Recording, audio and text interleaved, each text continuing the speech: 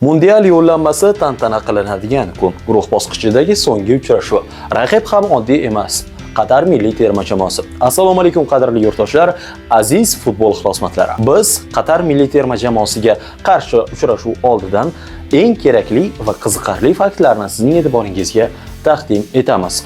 10-iyun kuni soat 18:45 da O'zbekiston milliy terma jamoasi va Qatar o'rtasidagi uchrashuv boshlanadi. Milliy jamoamiz bu bahsda oq libosda harakatlanadi. Qatarliklar esa qizil libosda. Bu haqda tomonlarning o'yin oldi rasmiy uchrashuvida ma'lum qilindi. Jamoalar o'rtasidagi o'zaro o'yinlarga e'tibor qaratadigan bo'lsak, 16 ta uchrashuvning 9tasida O'zbekiston milliy terma jamoasi g'alabaga erishgan. 4tasida esa raqiblarimizning qo'li baland kelgan. 3 ta o'yin esa durang bilan yakunlangan. Yodingizda bo'lsa, Toshkentda 2013-yili vakillarimiz Qatar milliy terma jamoasi ustidan yirik 5-1 hisobda g'alabaga erishgan bo'lsa-da, mundial yo'llanmasidan mosuvo bo'lgan. 12 yil o'tib vaziyat o'zgardi. Biz endi raqibga qarshi muddatidan oldin jahon chempionati yo'llanmasini olgan jamoa sifatida maydonga tushamiz.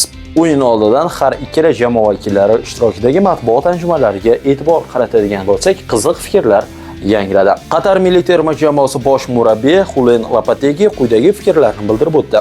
Avvalo O'zbekiston milliy terma jamoasini jahon chempionati yo'llanmasini qo'lga kiritgani bilan samimiy tabriklayman. Bu juda katta yutuq va jamoa bunga to'liq munosib edi. Biz guruhdagi eng kuchli jamoalardan biriga qarshi o'ynaymiz. Mundialga yo'l olishga kichik imkoniyatimiz saqlab qolingan.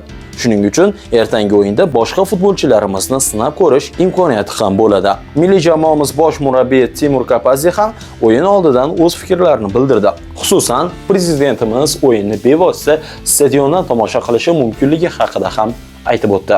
2 kunimiz bor. Kecha bugun o'ylaymanki yaxshi bo'ladi va ertaga o'sha bosimsiz deganda ertaga ham bosimda.